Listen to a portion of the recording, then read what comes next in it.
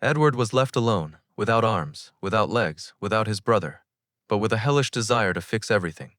If the first part was a story of fall and awakening, then the second is a story of a brutal war, where secrets begin to crumble one after another, and the stakes become the price of an entire nation.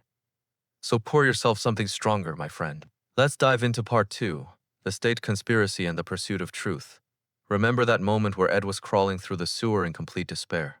Well, it didn't last long, because he enters the stage Alex Louis Armstrong, the alchemist with his family's crest on his chest and the most muscular tears in a mistress.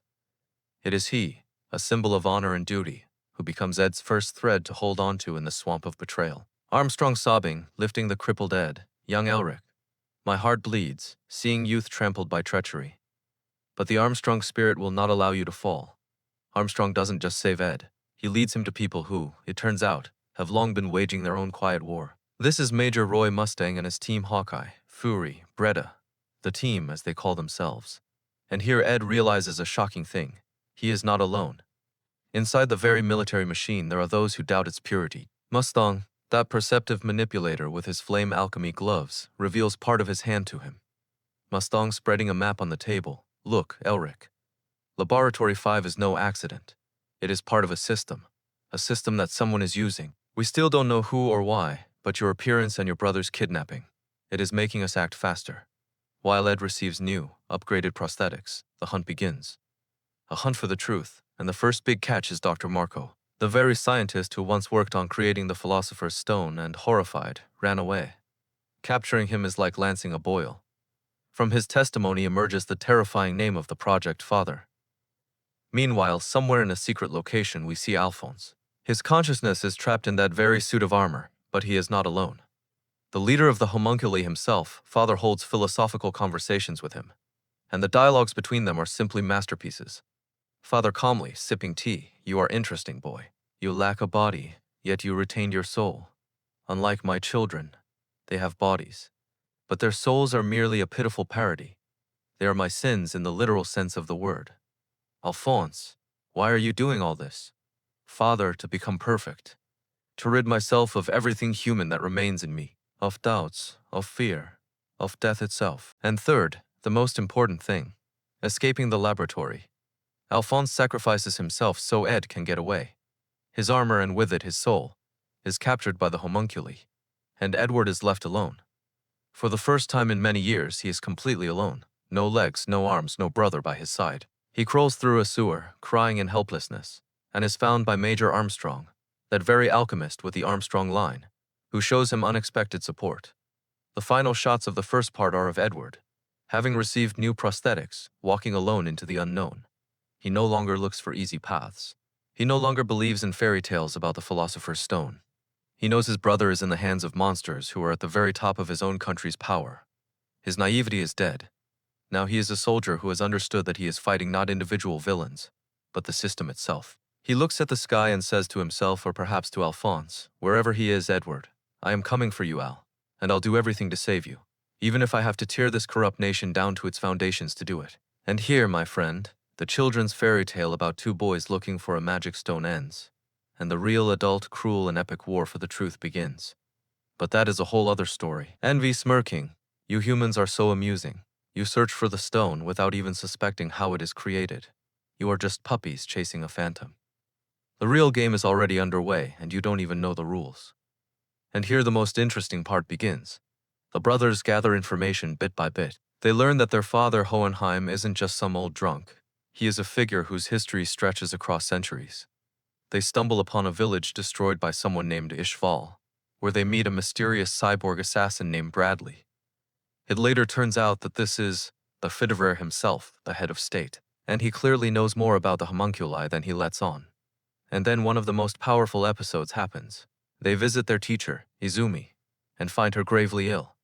During a coughing fit, Ed accidentally sees her bare torso, and the scars from major surgery, and then everything falls into place. She, crying, confesses to them, "Izumi, I made the same mistake you did.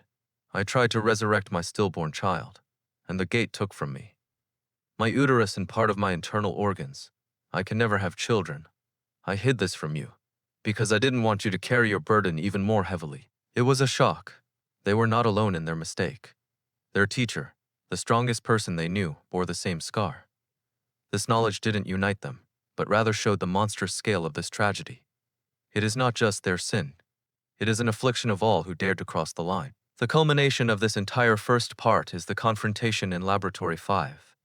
They discover that the military is conducting experiments to create the Philosopher's Stone, using prisoners as raw material. There they encounter another homunculus, Greed, whose body is covered in a super-hard carbon shell. And in this battle, several key things happen. First, Edward realizes for the first time that homunculi aren't just monsters. They have personalities, motivations. Greed happily declares, "Greed in my essence is greed. I want to have everything: money, women, fame, power, and that is precisely why I am immortal, because my desire will never be satisfied." Second, Ed confronts the horror that haunts the state alchemists. Order 306, the Extermination Order. He learns that years ago, the army led by the then Hounds Pharaoh Bradley and others carried out a genocide of the Ishvalan people to suppress a rebellion. And his new acquaintance, the scarred alchemist, Scar, a survivor of that massacre, says to him with hatred, "Scar, you wear the same uniform as the butchers of my people. You are a dog of the military, and one day I will tear your throat out." Next to years of preparation, they are taken under the wing of a stern female alchemist, Izumi Curtis. She literally burns the childhood out of them, teaches them to fight, to survive, and to understand alchemy on an intuitive level. And here is one of the key scenes. They are on a snow-covered mountain slope. Izumi sets them the task to understand their one truth. Ed meditates for weeks, trying to comprehend what he saw beyond those gates. And at some point, on the brink of life and death, he grasps it. He stands up and, without drawing a transmutation circle, simply claps his hands and repairs a broken dagger. "Izumi, so what did you see?" "Edward, the truth. The universe, all knowledge, all ignorance, everything that was, is, and will be, in a single word, the world." He realized that for him, the transmutation circle wasn't a drawing on the ground, but his own body, which had comprehended the truth. This made him an alchemist of a level inaccessible to most. Their goal, the Philosopher's Stone. A legendary artifact said to allow one to ignore the law of equivalent exchange.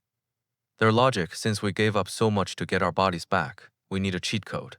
To gain access to archives and resources, Edward, now with 2 automale prosthetic limbs, takes a brutal exam and at age 12 becomes a state alchemist, a dog of the military, as they are contemptuously called. He receives the codename Full Metal Alchemist. And so they set off on their journey. Ed hot-tempered, sarcastic, with a huge complex about his height, but with a brain faster than any computer. Al his complete opposite, kind, naive, a philosophizing giant in armor who can neither eat nor sleep, nor feel the warmth of the sun.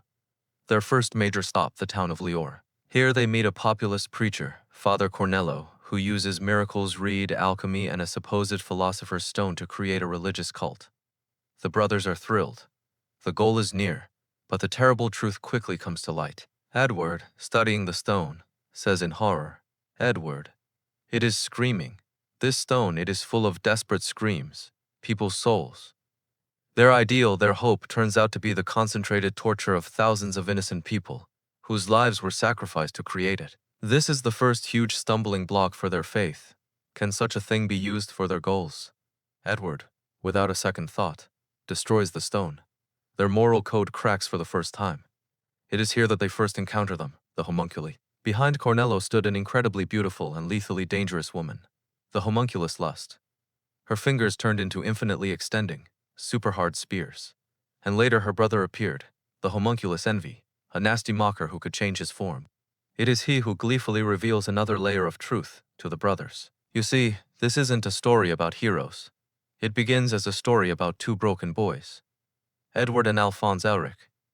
They lived in the quiet town of Resemboul, and their entire world collapsed in a single day.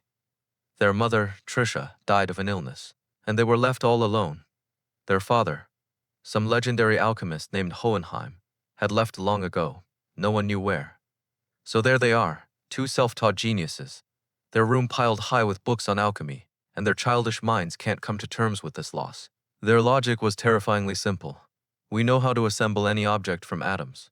We know the composition of the human body. Why not put her back together? They didn't understand the core of it, that the soul, something intangible, doesn't obey their formulas. And that scene, I can still picture it with my eyes closed. Night, a house on the outskirts. A giant transmutation circle drawn in the living room. Two children place all the necessary components in the center: carbon, nitrogen, water, limestone, and an item that belonged to their mother, a photograph. They activate the circle. First, delight, a silhouette begins to form from the lightning and energy. And then everything goes wrong. The energy turns black. Black tentacles erupt from the circle. The air fills with the moans of what sounds like one, or maybe millions of voices. And instead of their mother, something appears before them. An amorphous, writhing mass with a smiling head sewn onto it. It wasn't just a failure, it was a desecration, a violation of the most sacred law. And then alchemy, like a stern judge, presents the bill. The law of equivalent exchange. To obtain something of equal value must be lost. The tentacles grab Edward, and his left leg vanishes up to the thigh, consumed into nothingness. He is horrified, in agony, but he sees his brother Alphonse beginning to disappear. His body is disintegrating into atoms, and here Ed, bleeding profusely, performs the most desperate act of his life. He tears the sleeve of his bloodied shirt with his teeth, draws a circle on his right arm with blood, and performs another transmutation. The goal: to retrieve at least his brother's soul, to bind it to something.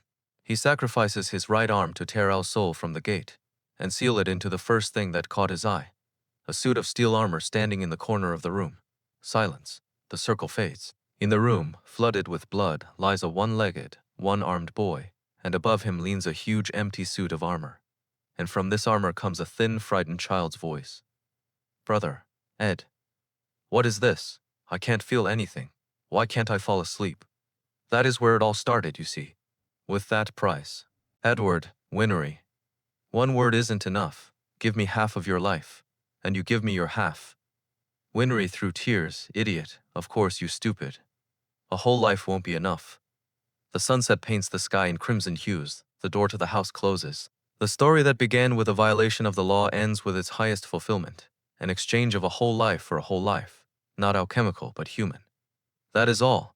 The end of the great saga, where the brothers did not look for easy ways, but paid in full for their mistake and found themselves having passed through hell. Father's power is fading, but he is still dangerous. And now comes the climax of the entire saga. Edward, at the cost of incredible effort, regains his alchemy for the final confrontation. He joins the battle, but realizes that even this is not enough. And then he makes his final brilliant move. Father, trying to kill him, tears Alphonse's soul out of Ed, the toll he paid for using alchemy. Now Al's armor is empty. Everyone is horrified, but Edward smiles. This was his plan all along. Edward addressing the truth beyond the gate. I figured out your game. Alchemy was just the toll. You took a part of our bodies in exchange for knowledge. But I don't want your knowledge. I don't want your alchemy. Take it all back and give me my brother. He performs the last greatest transmutation, sacrificing himself, his access to the gate, his alchemy, to return Alphonse's soul to his real body. At this moment, Alphonse, seeing this, pays the same price. He sacrifices his own soul to return Ed's right arm for the final blow. The brothers, sacrificing the most precious thing they have, each for the other, break the vicious cycle. Edward, with a living arm, delivers the decisive blow to the weakened father. He, stripped of all his power, turns into a pitiful, speechless mass and dissolves, washed away by the rain. It is all over. But the price: Alphonse is dead. His soul has passed beyond the gate. Edward stands, bleeding, without alchemy, but with a living body. And then he understands. He knows how to get his brother back. He approaches the gate of truth for the last time. Truth sneering, "And what can you offer? You have no alchemy left." "Edward, I'll offer you something that has nothing to do with alchemy. I'll offer to walk my own path back myself. Give Alphonse back. In exchange, I'll stay here." That is my human path of equivalent exchange. Truth is taken aback. For the first time, someone offers him not a part of their body, not knowledge, but the very possibility of walking their life's path without shortcuts. The deal is struck. Edward awakens by the gate. Next to him is a living, real, breathing Alphonse Elric. It is over. Epilogue. 2 years later, a monstrous is recovering. Mustang, who lost his sight in the final battle, a temporary price for super alchemy, becomes the new federer to change the country. Armstrong restores his hometown. And Edward Elric, who lost his alchemy but gained everything, sets off on a long journey to the east. He wants to study the world without alchemy, relying only on himself. And the most perfect scene. 2 years later he returns. He comes to that very house in Resemble where it all began. On the doorstep, Alphonse and Winry are waiting for him. He falls to his knees and apologizes for all the broken cups and trouble he caused. Then he lifts his head and with the most sincere smile says, "So, we left off with Father, activating the nationwide transmutation circle in the underground complex beneath Central. The promised day had arrived. All of Amestris was one giant alchemical circle, and every one of its inhabitants was about to become a sacrifice, so that Father could absorb God, the very essence of truth. Our heroes are trapped. But this isn't just a trap, it is an arena for the final battles. And it all begins with an incredible spectacle. Father, using millions of souls, tears the 7 deadly sins, his homunculi, out of himself.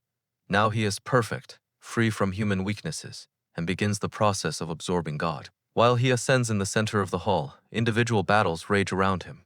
Roy Mustang versus Lust. This wasn't a battle, it was an execution. Mustang's rage over Maze Hughes' death erupted in a torrent of hellfire. He burned her again and again, not allowing her to regenerate, until nothing but a charred puddle remained of the supremely arrogant homunculus. Lust before disappearing. How can a human be so cruel? Mustang coldly, this isn't cruelty. This is retribution. Scar and Mei Chung versus Wrath, King Bradley, the greatest swordsman against the alchemy of destruction and alchemy. Bradley, even as an old man, demonstrated inhuman skill. In a furious struggle, at the cost of incredible effort, they overcame him. Dying, Wrath was surprisingly calm. Bradley lying on the rocks. I wonder, my wife, is she waiting for me? Meanwhile, Edward, deprived of his alchemy, fights with his fists and wit. His main opponent is Pride, who has taken refuge in the body of his creator, the alchemist synthesizer Heinkel.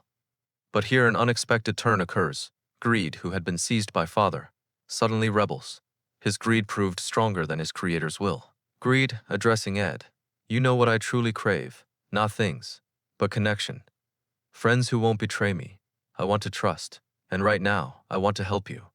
He sacrifices himself, binding Father from within and giving Ed and the others a critically needed respite. This was a sacrifice born not of altruism, but of the most human greed, the desire to possess what is truly valuable. At this moment, the one everyone was waiting for returns to the stage Hohenheim of Xerxes. He didn't just come to help. His centuries-long plan, everything he had done by placing his souls throughout Amestris, was one giant counter-ritual. While Father tried to absorb God, Hohenheim activated his own circle. He returned all the souls back to the people, stripping Father of his power. Hohenheim addressing Father, his former slaves, you wanted to become God. But you never understood the power of human hearts. They are my strength. It is from Father that Alphonse and with him, we, the audience, learns the main secret. The entire country of Amestris is a giant transmutation circle. Its entire people, all its cities, all its history, are just ink for a drawing preparing to be activated. The goal is to sacrifice the entire nation so that Father can become a god by absorbing what lies beyond the gate of truth. And here the real detective work begins. The brothers Ed acting from the outside, Al trying to glean information from the inside, start putting the puzzle together. They learn that to activate the circle, blood seal points are needed. 5 sacrifices located in key cities. And these sacrifices are the homunculi themselves. Each homunculus's death in the right place is another step towards catastrophe. Meanwhile, a new force bursts into the story, the soldiers of Xerxes, an ancient, technologically advanced nation from the north, which, it turns out, also knows about Father's plans and has its own designs on Amestris. Their agent, Major Miles, and the legendary warrior Briggs add geopolitics to an already volatile mix. But the most shocking revelation of this part awaits us at the very heart of the conspiracy. Edward and his allies get on the trail of a man named Basque Rand, an old sickly alchemist who seemingly poses no threat. But his story is directly connected to Ephraer King Bradley himself. And here is the climactic scene, a chase, an ambush. Bradley, whom everyone considered just a puppet, suddenly reveals his true nature. He draws his sword and his eye, hidden under a patch, opens, revealing the symbol of the homunculus. The Ouroboros, he is Wrath. And he is not just an official, he is the perfect warrior. Bradley, with sword in hand, slicing through bullets.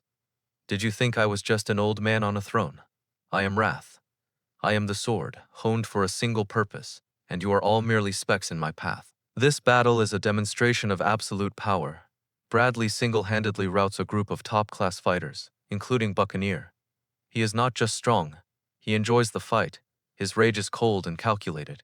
At this moment, everyone finally understands the enemy is at the very top. The state isn't just infected with homunculi, it is ruled by them. Parallel to this, we see Alphonse's incredibly touching storyline. His real body is temporarily returned to him using a shard of the stone.